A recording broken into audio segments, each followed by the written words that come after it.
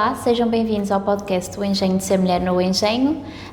Este podcast faz parte de uma campanha do projeto Secov, um projeto europeu, uma iniciativa Erasmus+, que pretende criar um centro de cooperação de excelência profissional para promover um ensino de maior qualidade e também maior inclusão. Sim, para quem nos ouve já há algum tempo, sabe que nós já gravámos 3 episódios. Neste caso, colocámos jovens meninas em contacto com jovens mulheres ou mulheres dentro da área das ciências, das tecnologias, engenharias e matemática, exatamente aqui com um objetivo em comum, que é promover e encorajar o seu envolvimento futuro ou no ramo da educação ou profissionalmente depois nestas áreas.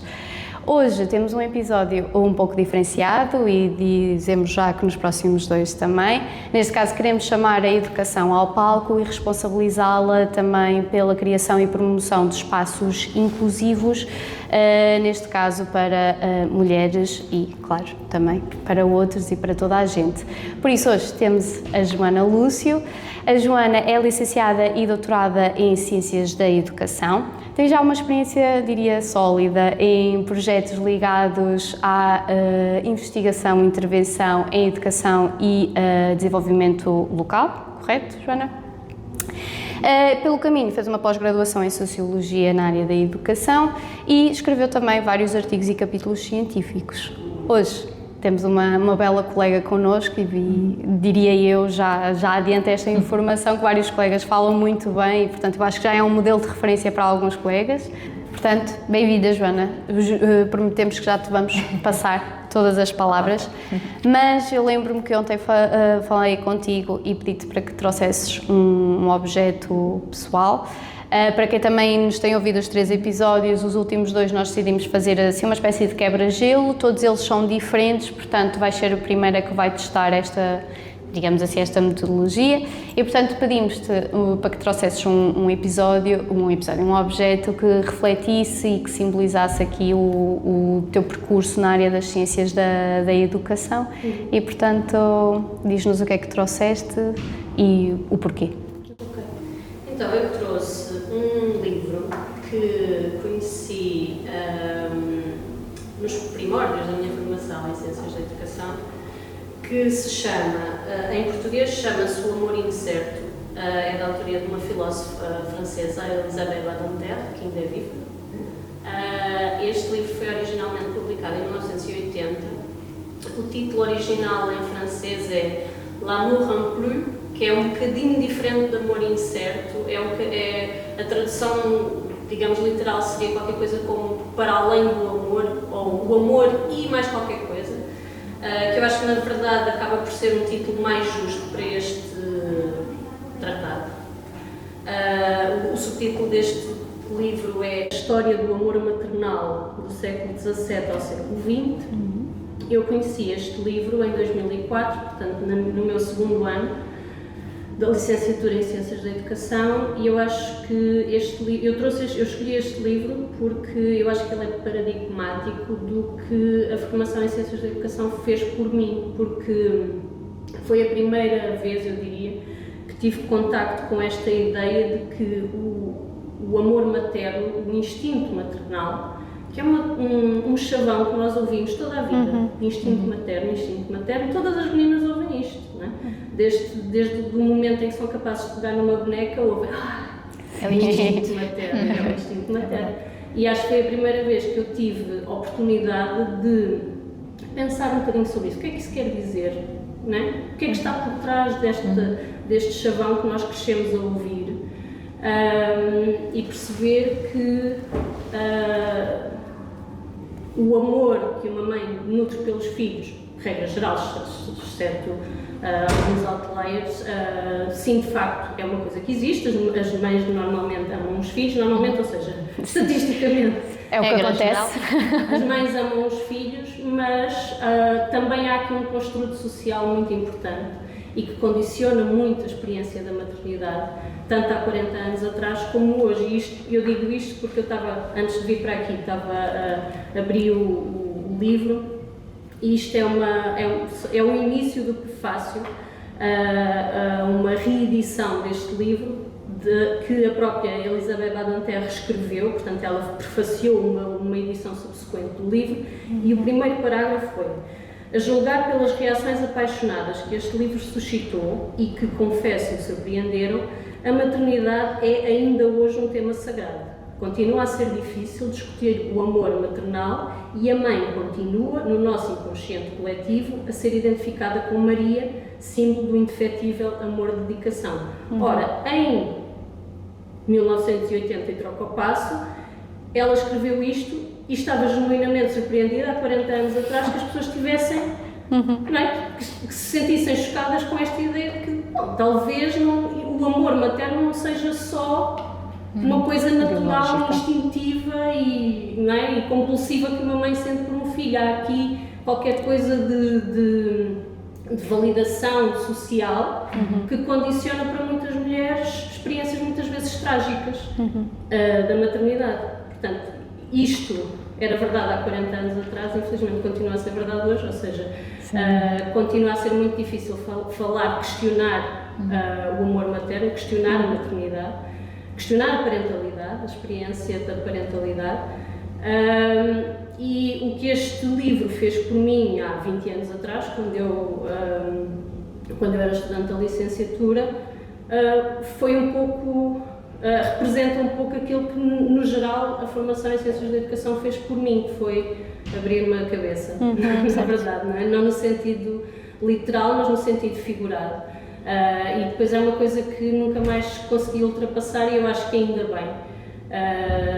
Ao fim daqueles 5 anos, nunca mais me senti confortável em repetir e em reproduzir estes e outros chavões.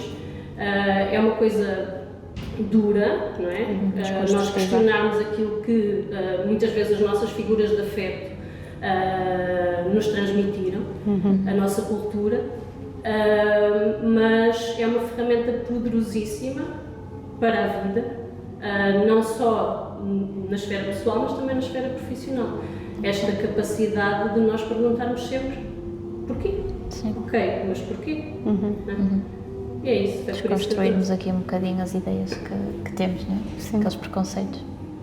Identifico-me muito também, quando fui para estudar para Psicologia, também foi muito assim, afinal não é só biológico, aliás, claro, uma percentagem estará muito relacionada com a biologia e com a preservação da espécie, mas muito sabemos nós agora, e continuaremos a saber mais também, que muito é social e cultural, portanto... Também, eu sei que tu disseste de forma figurativa, mas quando tu disseste de abrir uma cabeça, eu imaginei mesmo alguém ir ali abrir a cabeça, porque às vezes sente-se mesmo que é isso, que é, ouve lá, mas como é que tu nunca pensaste nisso? Deixa-me aqui. Como é que nunca questionaste, não é? Sim. Então às vezes é aquela sensação de uma lanterna, uma luz, uma lâmpada a ligar-se. Sim. Obrigada pela partilha. Joana. Gostei muito. Acho que foi diferente, mas acho que também já nos revelou também um bocadinho do que é que tu és enquanto pessoa e enquanto profissional e como é que pensas e como é que isso se reflete. E portanto também queríamos ir um bocadinho por aí, daquilo que partilhaste connosco e daquilo que também nós vamos conhecendo, e ouvindo falar de ti, como a Diana disse há bocadinho. Gostava de perceber como é que chegaste aqui, como é que chegaste a esta profissão de ser gestora de projetos europeus, e gostávamos de explorar então um bocadinho esse teu percurso, assim, como é que chegamos aqui depois do teu curso? Olha, eu passei a maior parte do meu percurso profissional, até à data pelo menos, enquanto investigadora na área das Ciências da Educação. Portanto, eu fiz a licenciatura, como vocês disseram, em Ciências da Educação, depois iniciei o doutoramento quase logo de seguida. Portanto, ou seja, a partir de 2008, exerci quase ininterruptamente a função de investigadora. Passei por diversos sítios, diversos centros de investigação, e mesmo dentro dos mesmos centros de investigação por diversas posições. A maior parte desse percurso eu tive na Universidade do Minho, no Centro de Investigação em Educação, e lá dentro fui desde bolseira de investigação, até depois investigadora júnior. Portanto, era aquilo que eu achava que ia fazer. Era aquilo que me realizava, sentia-me bem, sentia-me desafiada intelectualmente, que é uma coisa super importante para mim, mas ao mesmo tempo o trabalho de investigação, pelo menos do meu ponto de vista e daquilo que consigo auscultar das pessoas que tinham funções análogas à minha, é um trabalho muito solitário, mesmo quando se tem a sorte de fazer parte de uma equipa de investigação. E eu senti sempre muito isso. A questão é que se foi tornando progressivamente mais desconfortável. O isolamento, às vezes até a dificuldade em debater ideias. Porque uma coisa é nós participarmos numa conferência, nos apresentar um paper, nos apresentar um póster, e depois temos ali aquela experiência condensada de 15, 20 minutos em que ouvimos perguntas e tal, mas depois nós voltamos para a nossa vidinha, para a nossa secretária, para a nossa base de dados e pronto, e estamos ali, não é? A maior parte do tempo nós estamos connosco mesmos. O peer review, digamos, que nós conseguimos obter é uma coisa muito atomizada, ou seja, ou é nessas ocasiões em que nós temos eventos em que conseguimos falar diretamente com outras pessoas, ou então acontece quando tu submetes um artigo para publicação e depois vais recebendo essas revisões, mas é um bocado como debater num fórum na internet, porque nós não sabemos quem é aquela pessoa, nós não conseguimos perceber as motivações dela, o que é que... No fundo, falta aquela componente humana que nos permite conectarmos com aquilo que a pessoa nos está a dizer. Isso para mim gerava muita resistência. E portanto, à medida que me fui sentindo progressivamente mais desconfortável com esta solidão investigativa, digamos, comecei a pensar, e depois também, claro, a questão da instabilidade profissional, não é? Porque, salvo raríssimas exceções, é uma carreira muito penosa, a investigação em Portugal. Precária. A experiência que tenho, mesmo noutras áreas, é que é muito difícil para um investigador ou uma investigadora ter alguma estabilidade laboral antes dos 50 anos. E eu cheguei ali a uma fase em que estava quase a fazer 40 e a minha perspectiva era ainda há 10 anos. E eu já não conseguia mais. Já não conseguia. Sentia um bocado, tinha andado a empurrar o pedregulho em costa acima durante mais de 15 anos e já não tinha mais energia para os próximos 10. Portanto, comecei a pensar, ok, isto já não é o que eu vou ser, não é? Vou ter que reconfigurar a minha identidade de alguma maneira, porque de facto, como foi aquilo que eu fiz durante o meu percurso quase todo, estava muito ligada à minha própria identidade, não é? Eu era aquilo que eu fazia. E depois também associada àquela questão de ser um trabalho muito individualizado, muito solitário.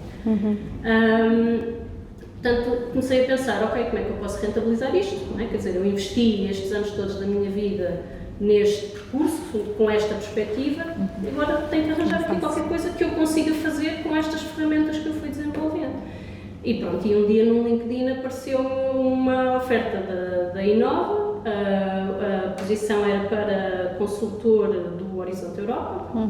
Era uma coisa com que eu estava relativamente familiarizada, como investigadora, claro. Conhecia alguns programas e já tinha feito algumas candidaturas. E portanto pensei, ok, vamos tentar. Pareceu-te natural, não é? Sim, pareceu-me que não estava desconectado daquilo que eu fazia, podia de alguma maneira rentabilizar alguma da minha experiência. Sim. E pronto, e correu bem. Tirei o barro à parede, colou e vim aqui para cá.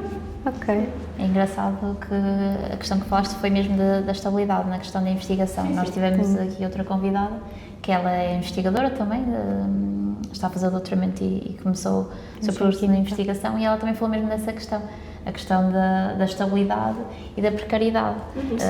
Não é, e mesmo agora acho que ainda está pior, o reconhecimento de um investigador, não é?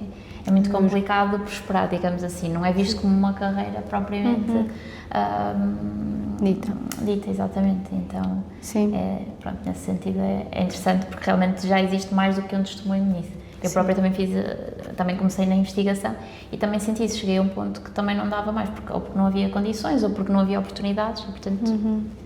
Sim, e a questão da solidão que também falaste, tenho amigos e tenho a certeza que todos nós identificamos pelo menos um colega que passa dificuldades em lidar com o isolamento e falta às vezes de alguém vir ter com a pessoa e dar esse feedback. Sim. Por isso acho que é um caminho difícil. Olha, e tens, juro, 15 anos ou mais nesse percurso a ter sido duro, mas espero, lá está, gratificante em tudo o que aconteceu. Muitas ferramentas que ainda hoje em dia, aliás, são muito úteis, ferramentas próprias, mas até também uma rede de contactos e alguma flexibilidade, eu acho, não sei, mental, digamos. Que eu acho que é muito importante num trabalho como este e num ramo de negócio como este. Sim. Então, por exemplo, quando nós te pedimos a nota sobre o teu percurso, falaste da tua presença em redes e associações ligadas à investigação, foi sempre no teu papel enquanto investigadora ou tinhas alguns... Ok. Porque também queria saber onde é que veio o porquê das ciências da educação, se já era assim uma paixãozita que tinha surgido mais nova, ou algum modelo de referência que tinhas visto que tenha seguido, ou se eventualmente lá está, abriram-te a cabeça e foi a partir daí que tiveste um amor diferente às ciências da educação. Como é que foi o porquê das ciências da educação? Porque há várias ciências sociais, sendo as ciências da educação uma delas. Porquê? Por acidente, puramente. Eu acho que como a maioria das pessoas que na minha época fizeram ciências da educação, fomos lá parar por acidente porque queríamos psicologia e não tínhamos nota. Portanto, foi a minha realidade também. Aquilo que eu achava que ia fazer, ou seja, o curso que eu achava que ia tirar, que era o que eu queria tirar, era Psicologia. E candidatei-me a todos os cursos de Psicologia do país, basicamente. E depois, no dia em que eu fui entregar o formuláriozinho da candidatura, que não me deram em papel, agora acho que é tudo online, foi nesse dia eu pensei assim, e se eu não conseguir entrar? Deixa cá ver se há alguma alternativa. Não sei se vocês sabem, mas pelo menos na altura, agora depois, pós-Bolonha, houve alguma reconfiguração e agora já não é bem 2 cursos na mesma faculdade, em alguns sítios, por exemplo, em Lisboa já é diferente. Aqui no Porto eu acho que continua a ser igual, ou seja, continua a haver, é a faculdade de Psicologia e de Ciências da Educação, havia uma licenciatura em Psicologia e uma licenciatura em Ciências da Educação, eram os únicos 2 cursos na faculdade. E pronto, e foi isso que eu fiz. Portanto, os últimos 2 espacinhos dos 6 que a gente tinha que preencher foram os 2 cursos de Ciências da Educação, um em Lisboa e um no Porto. E foi o que me calhou. Entrei na licenciatura em Lisboa em 2002, na perspectiva de mudar. Portanto, de fazer aquele primeiro ano, fazer o máximo de cadeiras que conseguisse e depois pedir pedir mudança de curso no final do primeiro ano, o que nunca chegou a acontecer, porque não digo que me apaixonei, porque acho que é uma palavra muito forte, não sei se é paixão aquilo que eu sinto, mas de facto deixou de fazer sentido.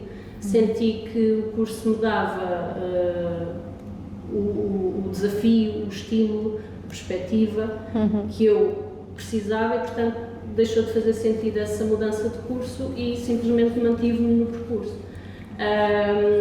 Fiz o meu primeiro ano em Lisboa, depois pedi transferência aqui para o Porto, no mesmo curso,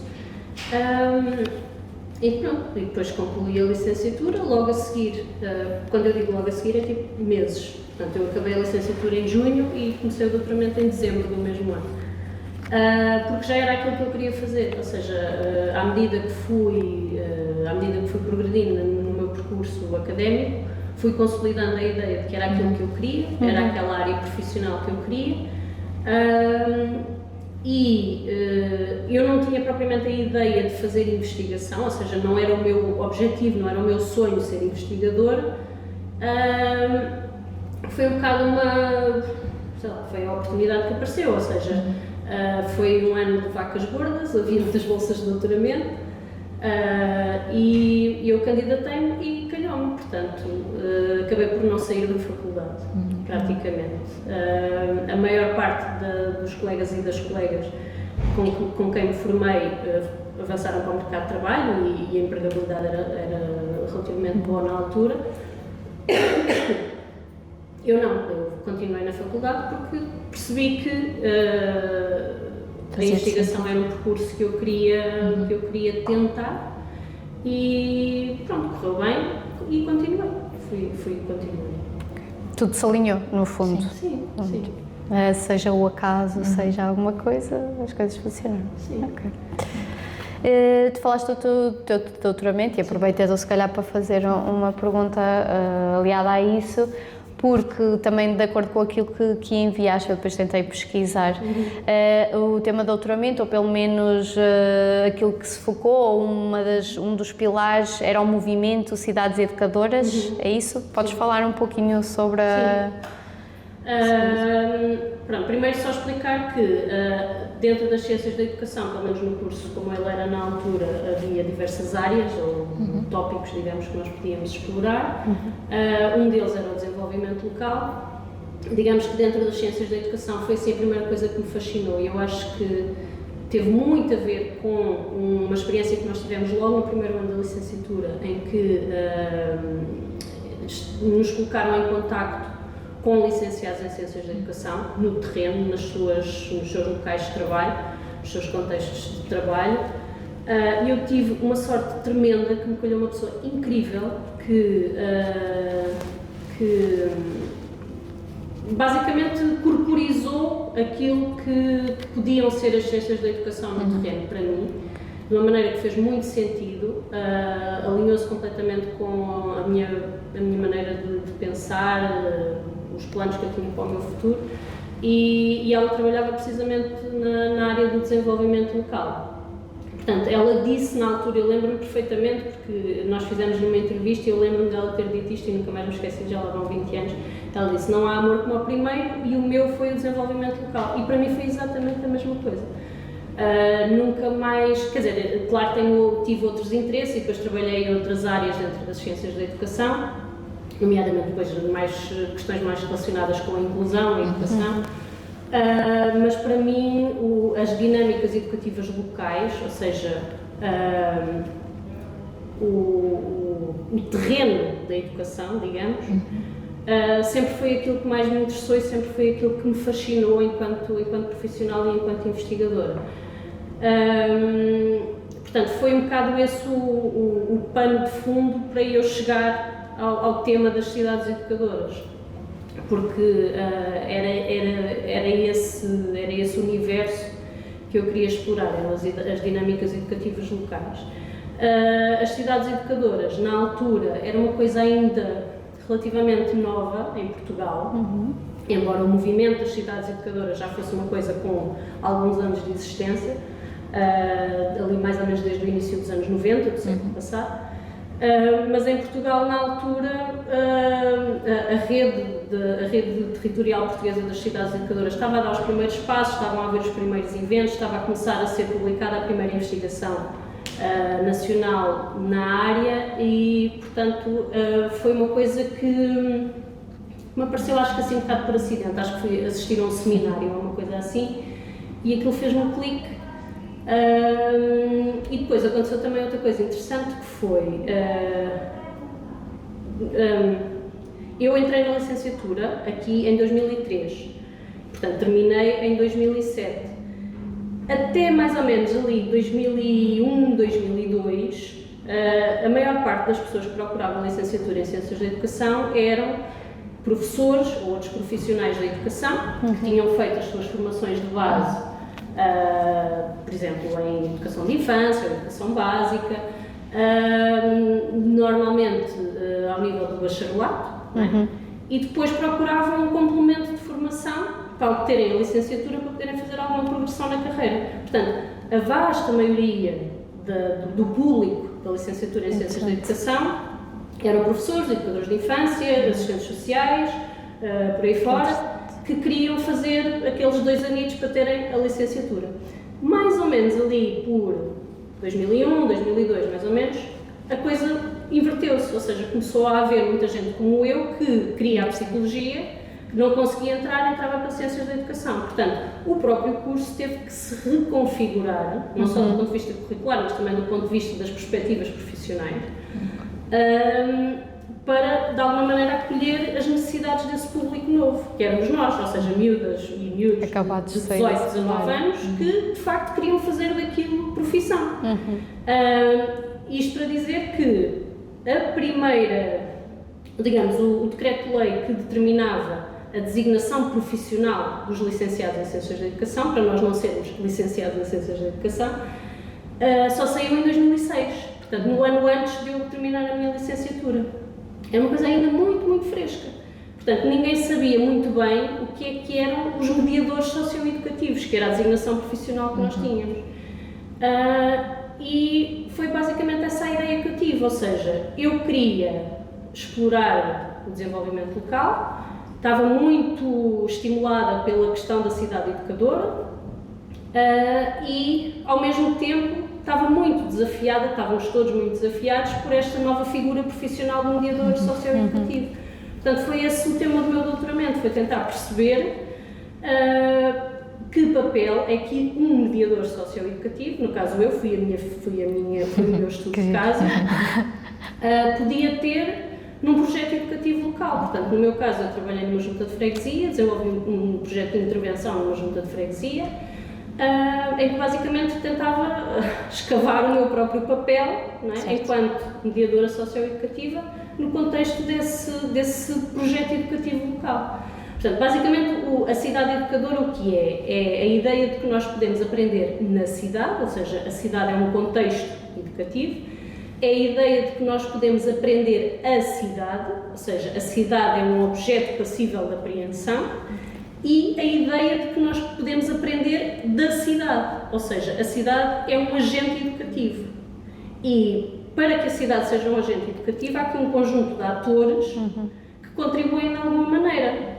Entre eles, o sistema educativo, portanto, as escolas. O típico, não é? Como? O típico, ou aquilo que nós reconhecemos. As escolas, o ensino profissional, todas as instituições educativas, os órgãos de poder local, portanto, as juntas de freguesia, as câmaras municipais, os governos civis, agora já não há, mas antes havia, as famílias, as associações de cidadãos e as empresas. Portanto, estes 5 atores, digamos assim, que hoje em dia nós vemos versado na ideia da quíntupla hélice, não é? São agentes educativos e transformam a cidade num agente educativo. Portanto, resumidamente, a cidade educadora é isto.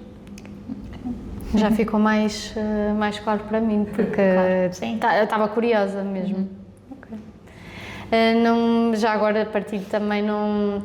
Se calhar estava mesmo, é assim, eu não necessariamente acredito no destino ou assim, mas, por exemplo, quando eu tirei Psicologia, e adorei ter tirado Psicologia, gostei mesmo imenso, mas depois também no mundo do trabalho vi que talvez o meu interesse, como todas as ciências, também tem as suas limitações. E a Psicologia, embora reconheça que nós claramente somos influenciados pelo nosso meio social e cultural, toda a sua intervenção é baseada apenas no indivíduo em questão e, portanto, só por si só é bastante limitado, porque se o ambiente estiver, não for promissor para o desenvolvimento daquela pessoa, também as estratégias que poderás dar ou as ferramentas àquela pessoa vão ser bastante limitadas e, portanto, eu acho que as ciências da educação, como outras áreas, vêm introduzir uma intervenção que acho que acaba por ter mais impacto e que quando temos... Sistémica. Exatamente, e quando temos um problema... É uma ciência da educação. Sim, e portanto acho que, acho que tudo se organizou para também teres cá esse papel. Só isso. Sim. Pronto. Sim, eu também ia perguntar, fruto também desta tua formação e fruto do teu trabalho atual também um bocadinho, quais são as tuas responsabilidades agora e como é que tu também vês esta questão das ciências de educação em projetos? Qual é o teu contributo? Como é que tu vês as tuas responsabilidades aqui também um bocadinho validadas pelo teu percurso? Qual é o teu contributo neste sentido? Pronto, eu aqui dentro da Inova sou consultora e sou gestora de projeto. Isso significa que em alguns dos projetos em que eu estou envolvida estou com esse papel de gestão, de coordenação, digamos assim. Noutros estou mais um bocadinho mais no background, digamos, um papel mais secundário. Mas porque é que eu acho que a minha formação é uma mais-valia? Porque é que eu acho que concretamente as ciências da educação são uma mais-valia no trabalho que eu faço? Para já porque me deram a tal flexibilidade, o tal jogo de cintura que eu falava há pouco, e um pensamento um bocadinho mais sistémico, como eu estava a dizer há bocado. Esta ideia de que isto está tudo ligado, não é? As coisas dependem umas das outras, influenciam-se umas às outras. Nenhum homem é uma ilha, não é? Como naquele poema, e é verdade, não é? E nenhum consórcio é uma ilha, nenhum projeto é uma ilha, estas coisas estão todas ligadas, influenciam-se mutuamente. Mesmo aquilo que parece mais, não sei, inócuo, apolítico, como a questão de que tópicos é que nos aparecem para nós podermos construir candidaturas e apresentar propostas de projetos, nada disto está desconectado, não é? Tudo isto são tendências sociais e políticas muito importantes que estão por trás da definição destas áreas, destas temáticas. Portanto, a mais-valia para mim é esta capacidade de bird's eye view, ou seja, sair um bocadinho olhar para as coisas de cima, figurativamente, não é? Para tentar perceber o mapa, não é? O que é que está a tocar o quê, o que é que está a influenciar o quê, o que é que depende do quê. E eu diria que é isso, essencialmente, ou seja, eu gosto muito da parte da construção das propostas, porque isso é muito evocativo do trabalho que eu fazia enquanto investigadora, não é? Aquela coisa do pensamento divergente, não é? Da parte criativa, digamos assim. Pensar fora da caixa. Exatamente. Eu gosto muito dessa parte. Para mim é muito gratificante, é muito...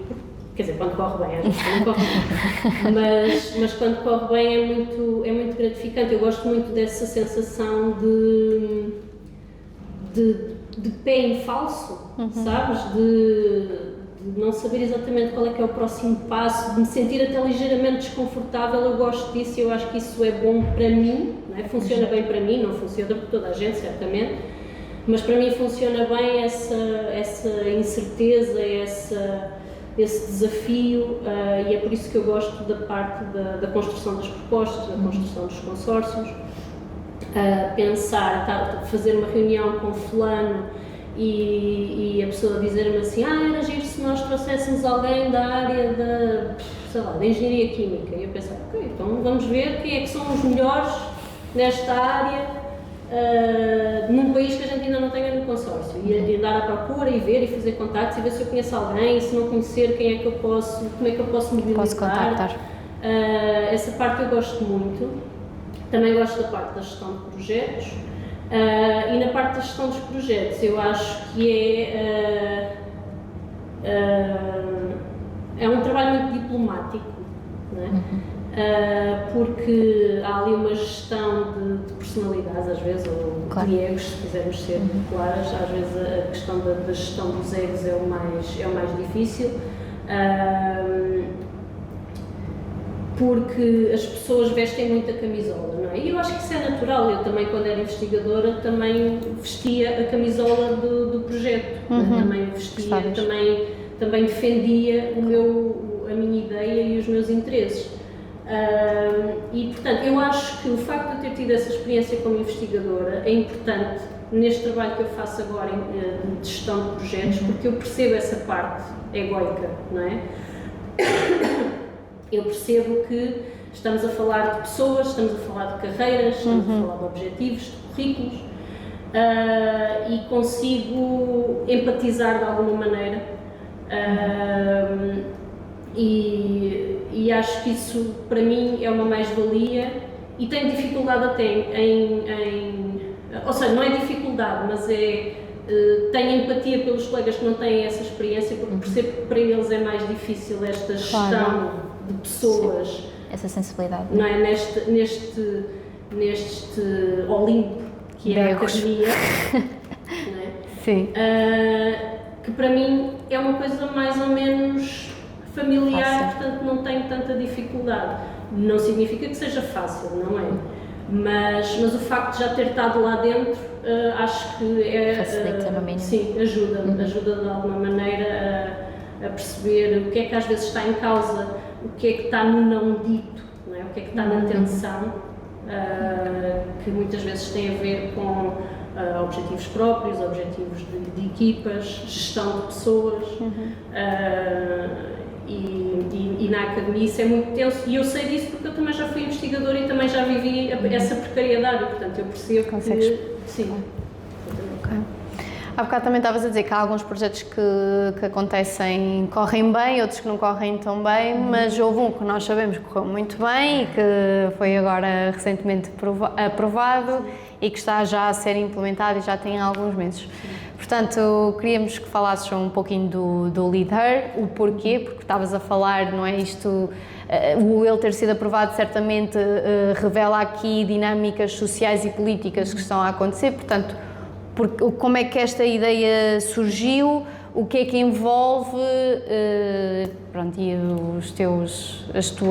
dar-nos também esses contributos sobre essa experiência. Então, a maneira como nós respondemos a esse desafio do líder é convocarmos as escolas, as famílias e a comunidade para, em conjunto, promoverem, fomentarem e acalentarem estes objetivos de persecução de estudos e de, eventualmente, uma profissão na área das ciências, das tecnologias da informação e da comunicação nas meninas. E uma das maneiras que nós fazemos isso é a questão da representatividade, ou seja, nós colocamos-las a elas, jovens, meninas, desde a educação básica até a educação secundária, em contacto com role models, ou seja, mulheres que ou já tiveram ou têm neste momento profissões nesta área das TIC, ou que, não estando correntemente a trabalhar nestas áreas, fizeram a sua formação na área das TIC, com essa lógica de se fazer alguma tutoria, não é? Primeiro de visibilizar, ou seja, dar a estas meninas e aos seus colegas também a oportunidade de verem mulheres nestas áreas, portanto, conhecerem pessoas de carne e osso que estudaram estas coisas, exatamente, que estudaram estas coisas ou que trabalham nestas coisas. Portanto, primeiro passo a visibilização, segundo passo a tutoria, ou seja, promover esta relação estreita entre as meninas que queiram prosseguir estes estudos e eventualmente um dia trabalhar nestas áreas e as profissionais que já estão no terreno.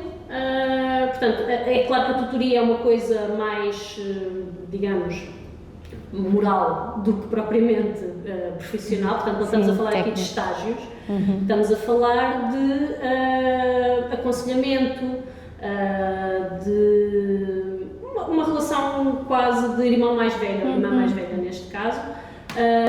Portanto, alguém que ajuda a desmistificar algumas coisas, ajuda a perceber este caminho ou este caminho, esta escola ou esta escola, este curso ou este curso, o que é que funcionou para ti? E se não funcionou, porquê? Portanto, a lógica é um bocadinho essa no livro. Funcionar como apoio, não é? Assim, nesta fase. Sim, às vezes a mediação de expectativas também, que estavas a dizer, desconstrução de algumas ideias, olha que para além disto, daquilo que é tipicamente reconhecido como associado a esta profissão, nós também fazemos muito mais como isto e aquilo.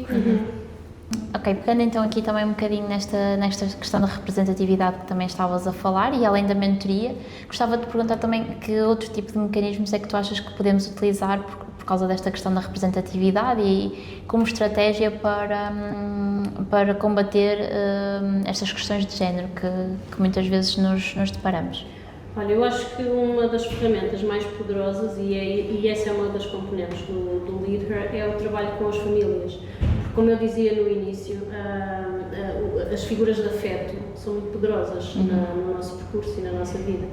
E muitas vezes incutem-nos, às vezes sem querer, espero que muito, na maioria das vezes sem querer, embora nem sempre seja o caso, incutem-nos alguns estereótipos, alguns enviesamentos que depois acabam por condicionar as nossas escolhas no futuro, tanto do ponto de vista pessoal como do ponto de vista profissional. E é por isso que eu acho, e nós no Lead Her também achamos, que chamar as famílias e envolver as famílias nestes processos formativos é fundamental. Porque a cultura é o mais difícil de mudar, não é? Já sabemos isso, mas se conseguirmos, porque eu acho que não há impossíveis, quer dizer, fisicamente há impossibilidades, mas assim, na generalidade eu diria que não há propriamente impossíveis e mesmo as pessoas mais conservadoras e aparentemente mais inflexíveis, quando se trata de afetos e quando se trata dos filhos, dos netos, dos sobrinhos, das crianças, amolecem um bocadinho. E isso acaba por facilitar a coisa. E um exemplo paradigmático disso eu acho que é a maneira como em todas as casas praticamente hoje em dia se faz separação de lixo. Porque os miúdos aprenderam isto na escola e eles são agentes educativos em casa, portanto eles trouxeram estas coisas para casa. Portanto, as famílias são permeáveis a estas coisas, o afeto é um mecanismo muito poderoso, a família é um agente muito importante e determinante e os estudos dizem isso, que o contexto familiar é determinante para o percurso educativo das crianças, sejam meninas, sejam meninos. Portanto, se nós conseguirmos fazer, nem que seja este bocadinho de mudança, não podemos sequer imaginar as repercussões que isto pode vir a ter na vida de uma menina, de 10, de 100, de 1000 e de quanto nós conseguirmos chegar. Ok. E só uma última questão relacionada com isso. Tu falaste nas famílias, falámos aqui da indústria de mulheres, neste caso da indústria como mentores, e também falaste da comunidade assim, no sentido mais lato. Tem algum papel em específico no líder que consideras também de relevo salientar? Sim, nós também trazemos os parceiros empresariais ou os parceiros industriais, portanto nós queremos trabalhar o mais possível com as associações profissionais, por exemplo, porque já há muito movimento das mulheres nas STEM, não é? Das mulheres nas ciências informáticas, por exemplo.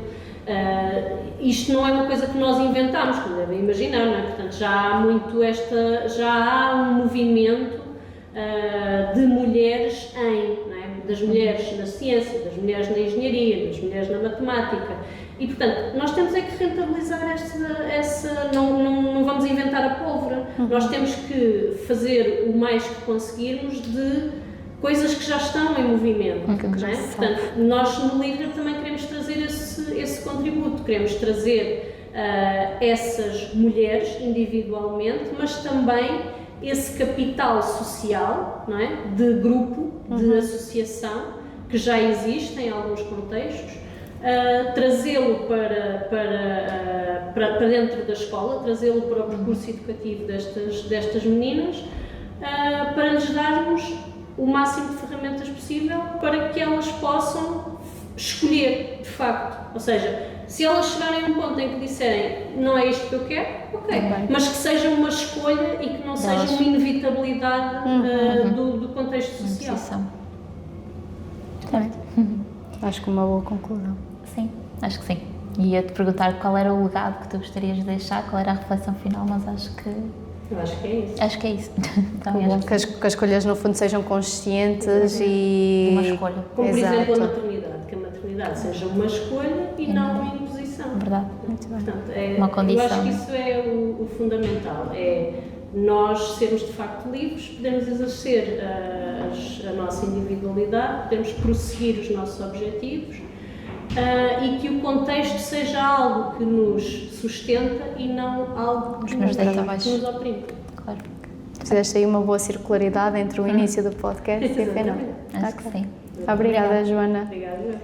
Pronto, para quem está a nos ouvir, obrigada. Este é o 4º episódio do Engenheiro de Ser Mulher num Engenho. O Engenho de Ser Mulher num Engenho. E fiquem por aí para continuar a ouvir os nossos últimos 2 episódios e sigam-nos nas redes sociais, no Instagram, Sim Ela Pode, no LinkedIn Mind the Gap. Obrigada! Tchau!